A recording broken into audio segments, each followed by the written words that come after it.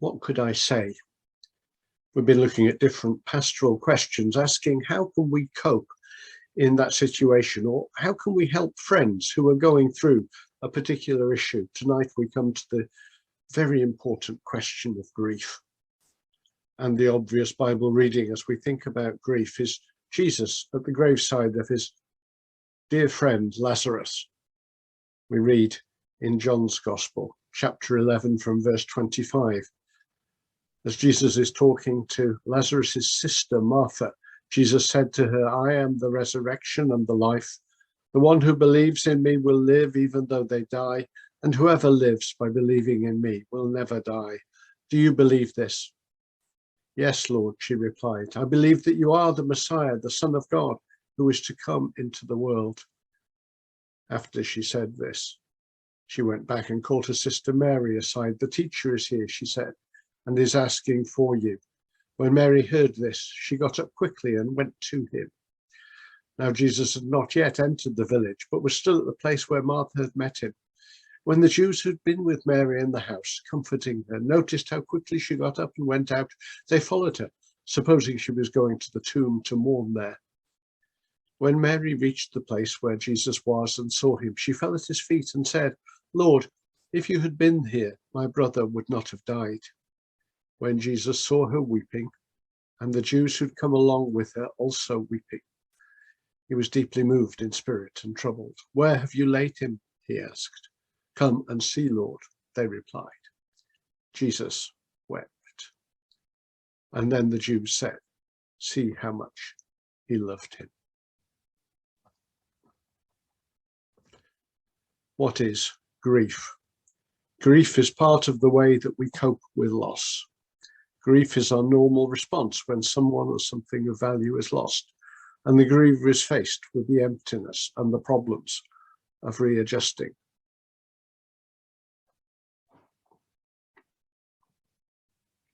There are so many things to say on this important topic of grief, which is why I'm putting a number of them on the screen.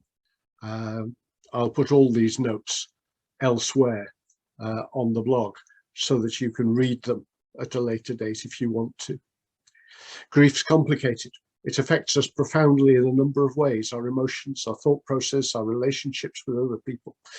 Grief can also have physical effects on our sleep patterns, our appetite, our energy levels, our health. And grief has a spiritual dimension too. Many people find grieving affects their relationship with God.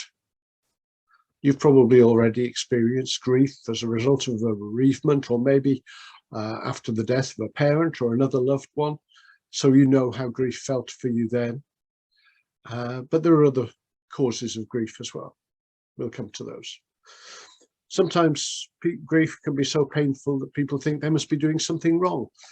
The reality is that grief is always painful. There's no right or wrong way to grieve. Grieving is a process we all need to go through. There's no way around it, although I will, towards the end, make some suggestions about things that are going to help. We need to recognize that there are a number of different causes of grief. The most obvious is the death of a loved one, bereavement. We could also think, though, about the loss of a beloved pet, or the loss of a job, sacking, redundancy, retirement, loss of a friendship, loss of a romantic relationship, particularly divorce. The death of a marriage leads to profound grief. But there can be grief at loss of a physical ability, whether that's sight or mobility, for example, due to accident or illness. And there's also a more nebulous kind of grief which comes when we have a personal dream and aspiration which is crushed. We will mourn that loss. So grief can break into our lives for a whole variety of reasons. Then we need to think a bit more, recognizing that grief is a process.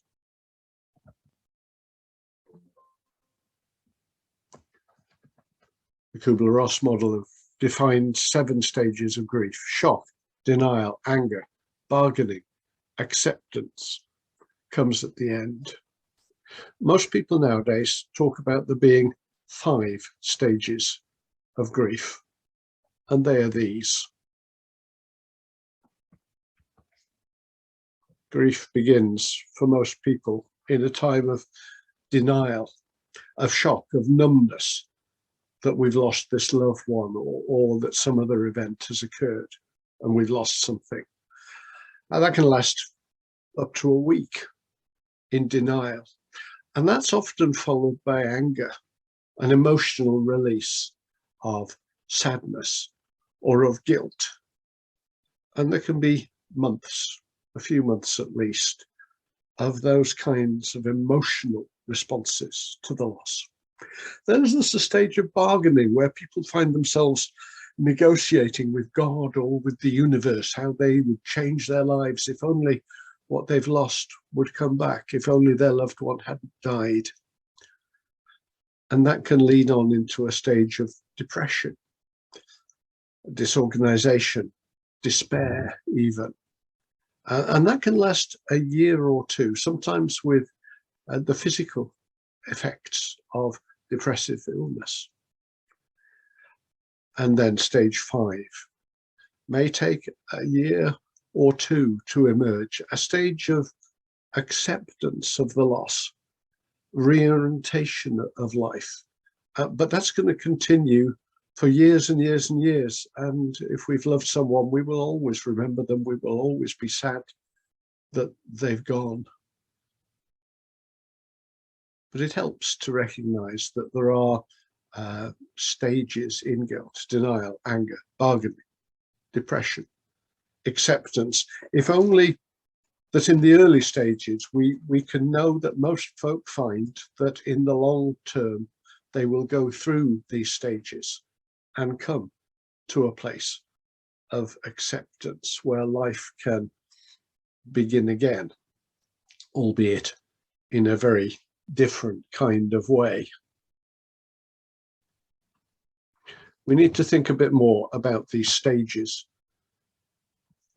Some people make the mistake of thinking that they are sequential. They're not.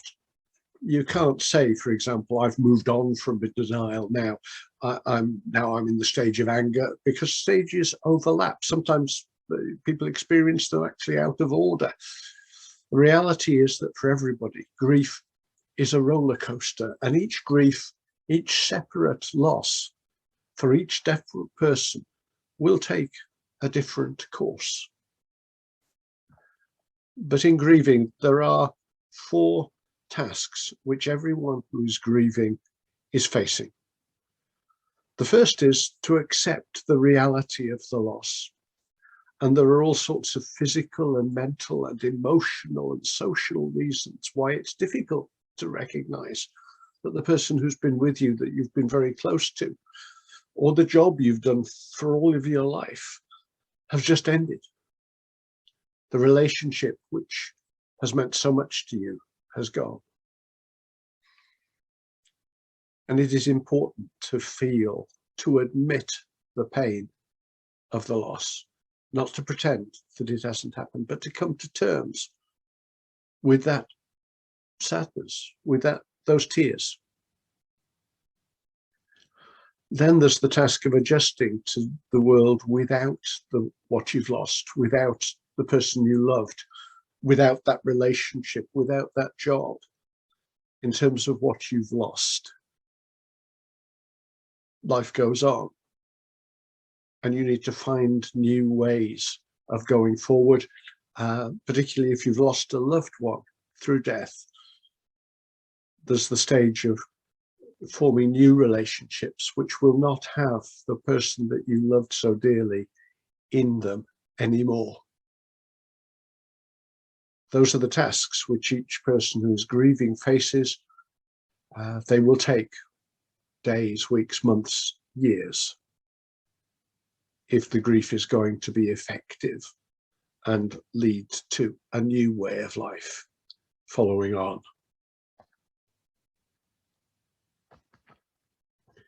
There are times when bereavement can be more difficult for people. If we're trying to help someone going through the stages of grief, going through those tasks of grieving, we need to be aware of warning signs, why bereavement may be more difficult for them, why grief could be more difficult for them than maybe we've experienced it.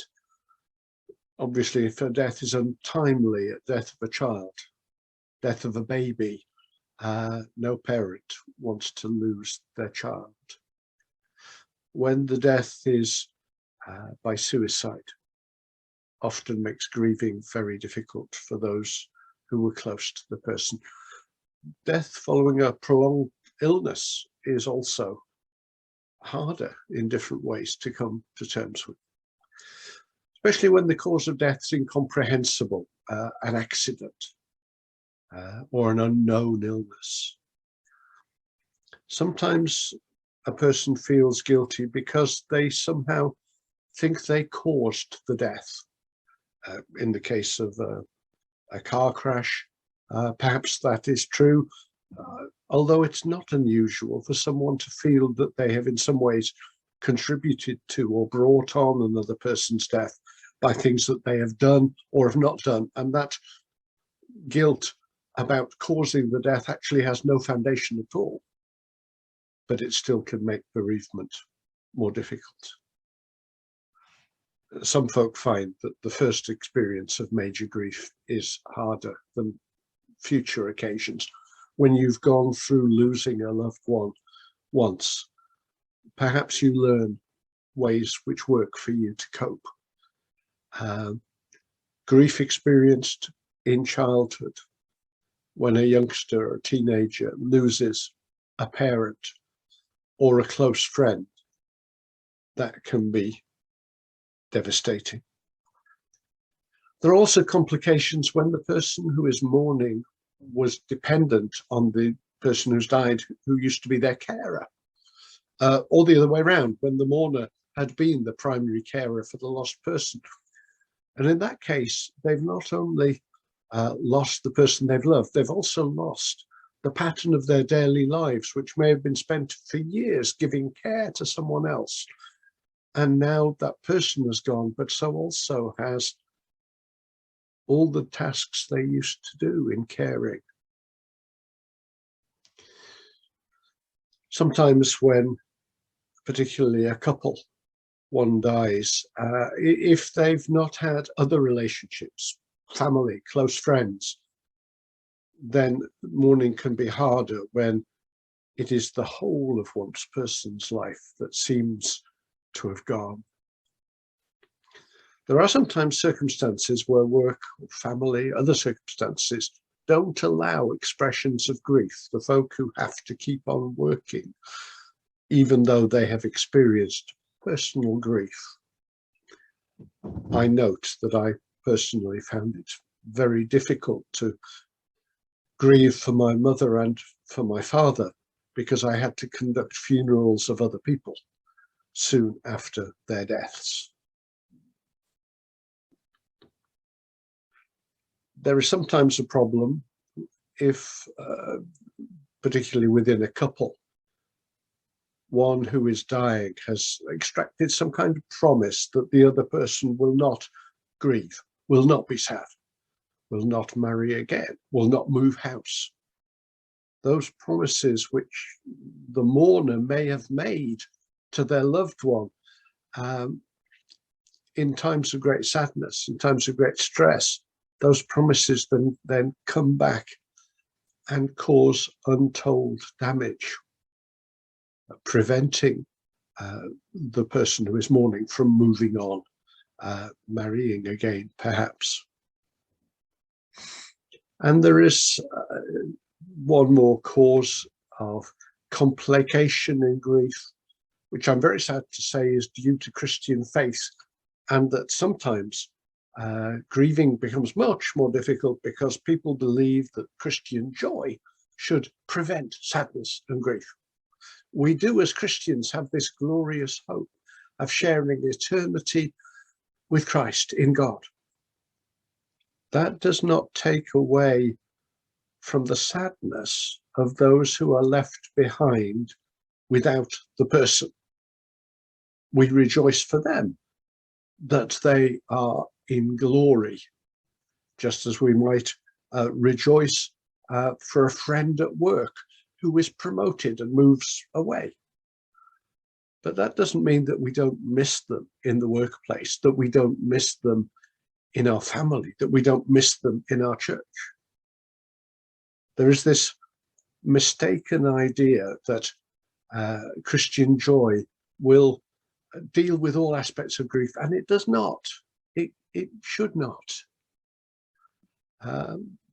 There is a tendency, a custom among some Christians to have celebrations of the person's life rather than funeral services which mark their death. In my judgment, it's not just for the family at the graveside or the crematorium to mourn the death. The church, in its celebrations of life, should also be recognizing that someone has died and that there will be those there who are grieving. Our Christian joy does not take away our sadness and grief, nor should it, nor is it helpful to anybody when anyone suggests that it should.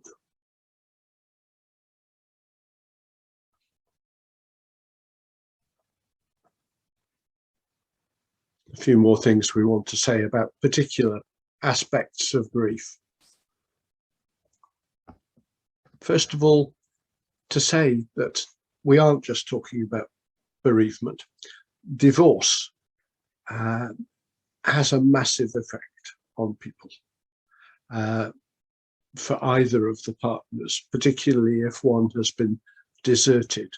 The sense of bereavement of the death of the marriage can be acute. Redundancy, or even retirement, ending a life of work, even though that may be chosen, can make grieving difficult. And as we've thought about factors in death, which can make grieving harder for those left behind, so there are in divorce, in redundancy, in loss of dreams and aspirations. There can be complicating factors making those experiences of grief very hard. There's another form of grief we need to just have in mind, which we could call anticipatory grief, when someone is dying, either of a terminal illness or with dementia. Then the relatives, the friends, can experience anticipatory grief, grieving in advance for what's about to be lost. And the person who is dying can experience that grief as they themselves anticipate their own death. Anticipatory grief is a mourning for the past, which will never come. It's a mourning for the present, as the dying person is losing their capacity, either physically or perhaps with dementia, Alzheimer's, their mental capacity, their memories.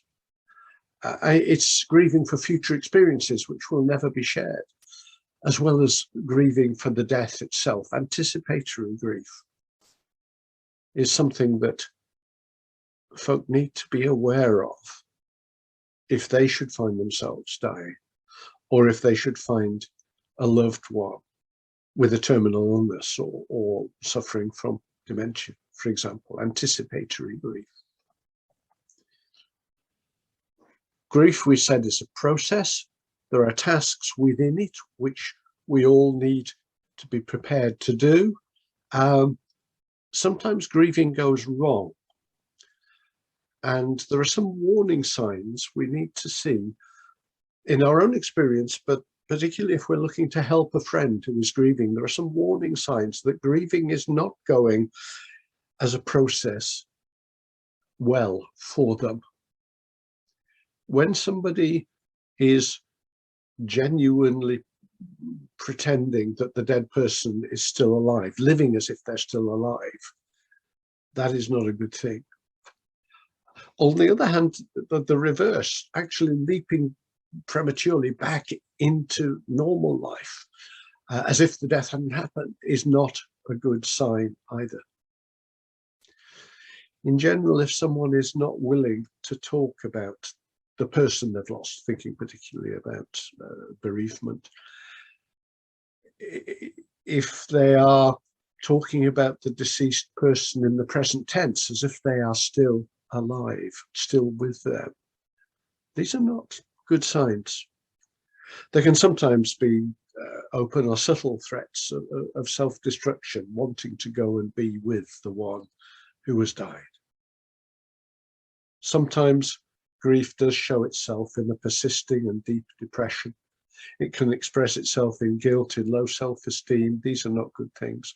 And sometimes that grief, particularly in the phase of anger, can turn into antisocial behavior, hostility, moodiness, guilt. It should go without saying that excessive drinking or drug abuse is not a good sign when somebody is grieving. Withdrawing, refusing to interact with other people is not good. And there can be signs of psychosomatic illness, different kinds. Some folk go overboard in venerating and almost worshipping the objects linked to the person that's died, refusing to change their room, refusing to throw out their clothes, for example. There is no hurry to change things after a bereavement. But if a person is not moving on any of the dead person's possessions years afterwards, that is not a good sign.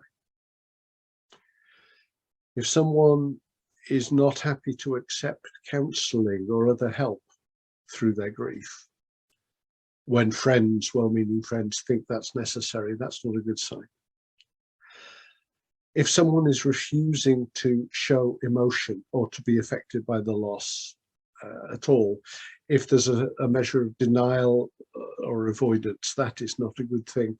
This varies from person to person, and I acknowledge that in my own experiences of the deaths of my parents, but also of good friends through the years, I have shown very little emotion. And that's a little bit to do with me as a personality. It's not necessarily a sign of bad grieving. But if an emotional person who is normally very outgoing and expressive with their feelings suddenly becomes introverted and refuses to show any sadness over the loss, when otherwise they are joyful and outgoing in other ways, that's not a good sign. Some people respond by impulsiveness. Some people become intensely busy, almost hyperactive. That can be a sign of problems in grief. We should be aware of such problems. So what advice can we give to a person who is grieving? These are just general principles gleaned from a number of books as well as from personal experience. The first thing that a person who is grieving needs to be given is time, and they need to be encouraged to take their time, take things slowly, plenty of rest, good food, regular exercise. Take things slowly. Life isn't going to get better anytime soon.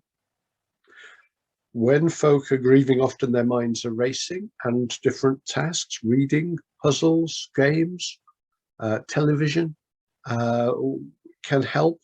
I took up Sudokus compulsively for some months after the deaths of my mother and my father. We can encourage the person who is mourning, who is grieving, to be easy on themselves. Grief affects our mind and our body and our emotions. We can have physical symptoms, pains, tiredness. Our body will need time to recover from the sadness, from the shock, from the stress of a bereavement. So be easy on yourself, take time. Try to avoid making major decisions too soon. There are folk who decide very soon after their husband or wife has died that they must move house, leave the area, make a new start somewhere else. That is in general not the best thing to do, certainly not too soon. Some would give the advice of not making a major change for less than a year. It's one thing to go and stay with family for a few weeks to get some support and comfort, but moving in with them after a day is unwise. We can encourage a person who is grieving to accept help, support when offered, even in simple practical tasks. Sometimes all that friends can think of to do is to make you a casserole or a tasty pudding. Well, enjoy the casserole and the tasty pudding. If you need help around the house, if you need support with some perhaps advice on financial matters, be prepared to ask for that help and support and accept the help that's offered. Grief is a roller coaster. Grief is painful, and we need to accept that pain is part of that grieving process. Pain shouldn't be ignored. Crying does help almost everybody. And in the midst of grieving, it's good to take time to do things that you enjoy. And that's especially when I talk about significant dates, on the anniversary of the death, on your birthday, or at Christmas, or on the birthday of a spouse, of a parent, on a wedding anniversary. Make time on those significant dates to do something that you know that you will enjoy, rather than just sitting at home weeping and grieving. Be open to the help that a minister or a counsellor can give. And as time goes on, you will find yourself feeling happy. You'll have some good times with families and friends. You may find that with those families and friends, or with work, you have days where you haven't remembered the one that you've lost, and that's okay. You've had an evening with a friend and you haven't thought once about what the person you've lost would have thought about that. That's okay. Don't feel guilty, because you are allowed to begin to enjoy life once again. Those are some of the things you'd want to say to someone who is grieving. Some particular words of advice now about what could I say, and principles as we're trying to help somebody who is grieving. We need to be clear that people go through their own journey of grief. Your love and support will help them through the process. It's the things that you do, the attitude that you have with them, is more important than actually anything that you could say. But please remember this, that there is nothing that you could do that will make everything better for them. They have to go through grief themselves. There's no way around it. There's no escape from grief. You can't make everything better for them. Sometimes when we are helping others, our own experiences of grief can impinge on that. It is hard to help someone whose mother has died, especially if one's own mother has died not that long ago. It's important, as we're helping others, not to let our own grief for our own losses intrude on their grief. We need to give them time, we need to give them space to grieve in their own way for their own loss. We've already said that crying is okay. It's good to encourage and support expressions of grief.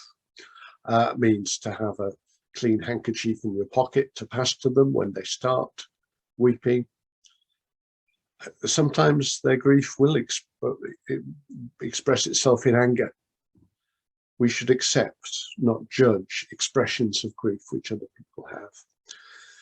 And we mustn't impose answers upon them. Instead, we just help them to find their own answers to the problems that they're facing. We should be willing to listen to anything they want to talk to us about, whether it is sharing stories of the one that they've loved or completely unrelated matters. We should still keep on listening. It's very important, as we're helping someone who is grieving, to be very faithful in keeping any promises we make to them. When a person's grieving, they can sometimes feel that the person who has died has let them down in some way. Rationally or irrationally, that's sometimes how people feel. And if we who are trying to help them also let them down by not keeping a promise, keeping an agreement that we've made with them, that will interfere with their grief. So we need to keep the promises, but that also means we need to be very careful not to overpromise. We need to set limits on what we will do. We can't guarantee to be available for them 24/7. We can't put other concerns in our own lives, our family responsibilities, our jobs, on the back burner to give our total attention to the person who is grieving for any length of time. So don't overpromise. We need to remember the processes of grief can sometimes be shaped by our religion, by our culture, and we should be watching out for the difficulties in grief. Be ready to point someone to a minister or a counsellor, to a grief organisation, like a cruise, for example. What do we do? A few do's and a few important don'ts. Do pray for the person who's lost a loved one, of course. Offer to pray with them. Encourage discussion of the loss before, in the case of terminal illness and dementia, anticipatory grief. Afterwards, encourage the person to talk, be present and available to them. As we've said, encourage expressions of feelings, including tears, and accept without surprise any expressions of grief. Be a careful listener. But if there are some irrational attitudes or ideas emerging, you're only a good friend if you feel sometimes it's appropriate to point those ideas out. If, for example, very soon after a bereavement, someone is planning to move to the other end of the country, you might want to encourage them to consider that very carefully. Offer practical help, we've said, and offer them gentle guidance on major decisions. Do not, please do not preach, give simplistic answers. Don't push or pressurize someone who is grieving. Let them grieve in their own time. Don't ever criticize their expressions of grief or any grieving rituals that they find to be helpful. Let them do them.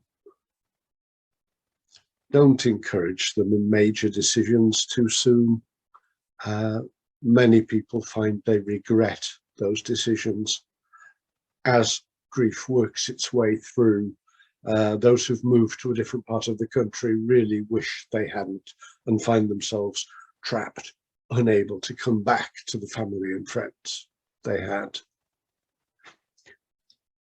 Also, try not to say things like, don't cry. Try not to say you'll soon get over it, because they won't. Grieving takes years, not weeks or months. Don't say, I know how you feel, because we don't. We know our own experiences of grief. We know how we have coped with bereavement or other losses.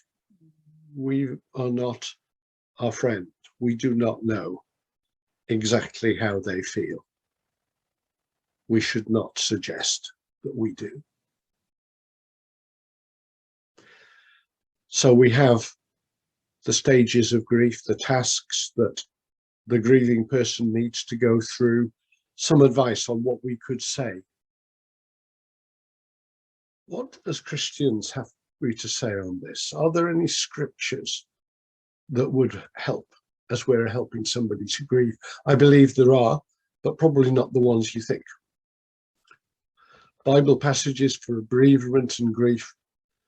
If the person who has died is a Christian, and if the person that we are talking to is a Christian, we can consider pointing them to passages for bereavement, which point to our Christian hope. If the person who has died is not a Christian, or the person we are talking to is not a Christian, I would be very careful about using these Bible passages. They may be comfort to Christians about Christians. They might just be seen to be insensitive and unhelpful to those who are grieving who do not share our Christian hope. Obviously, we can point to John 11, where Jesus says to Martha, I am the resurrection and the life. The one who believes in me will live, even though they die. Whoever lives by believing me will never die. That is an encouragement for us, that we share in the resurrection life of Christ. That will bring us comfort in Christian hope. So also 1 Peter chapter 1 from verse 3, praise be to the God and Father of our Lord Jesus Christ. In his great mercy, he has given us new birth into a living hope through the resurrection of Jesus Christ from the dead, into an inheritance that can never perish, spoil or fade. This inheritance is kept in heaven for you, who through faith are shielded by God's power. Yes, these are glorious passages of Christian hope for those of us who are believers, if we know that the one who has died was also a believer. Not so helpful to folk who are not believers, or if the one who has died was not a Christian. But not also either the answer to every sorrow in grief. Because we've just mentioned that sometimes if Christians think that the hope we have in Christ will take away all of our grief, that actually can get in the way of grieving properly. A person can deny the sadness they feel at the loss of their loved one because they're feeling they have to rejoice in the Christian hope. So my go-to passage is always John chapter 11, Jesus at the graveside of Lazarus, but particularly these words of Jesus. When Jesus saw Mary weeping, and the Jews who come along with her also weeping, he was deeply moved in spirit and troubled. Jesus himself was distressed by death. Jesus wept, marked out in the shortest verse in the Bible for us, just 2 words. Jesus wept, John 11:35. And the Jews said, see how much he loved him. And as Christians, we will weep and mourn and grieve for the ones that we have lost. And even our Christian joy at our hope of eternal life will not take away that mourning and that grieving. And the message from that passage is not so much that we have this wonderful hope of life in glory. The message is that God understands our grief, because Jesus has been there. He's been deeply moved in spirit and troubled. He has wept at the death of his dear friend Lazarus. Grief and weeping are natural. God understands our grief. Jesus has experienced grief. And God the Father grieved for the Son as he gave his life. on the cross. Jesus has died for our sins. The Father has mourned the loss of his beloved Son. So God understands grief. Jesus wept. And that's the most important message we can give to anyone who is grieving. God understands where they're at right now. And we, by standing with them, can demonstrate God's compassion for them. By being patient with them, by weeping with them. Rejoice with those who rejoice, weep with those who weep. So we too can bring God's love, God's compassion to those who are grieving.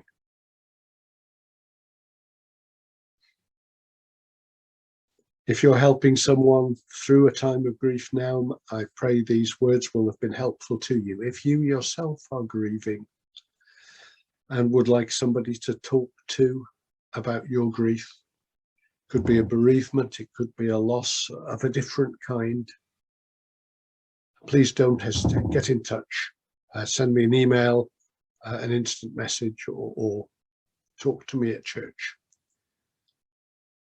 God cares for you. Jesus wept. He knows what you're going through. And if the church can help in any way, please do get in touch. God bless you.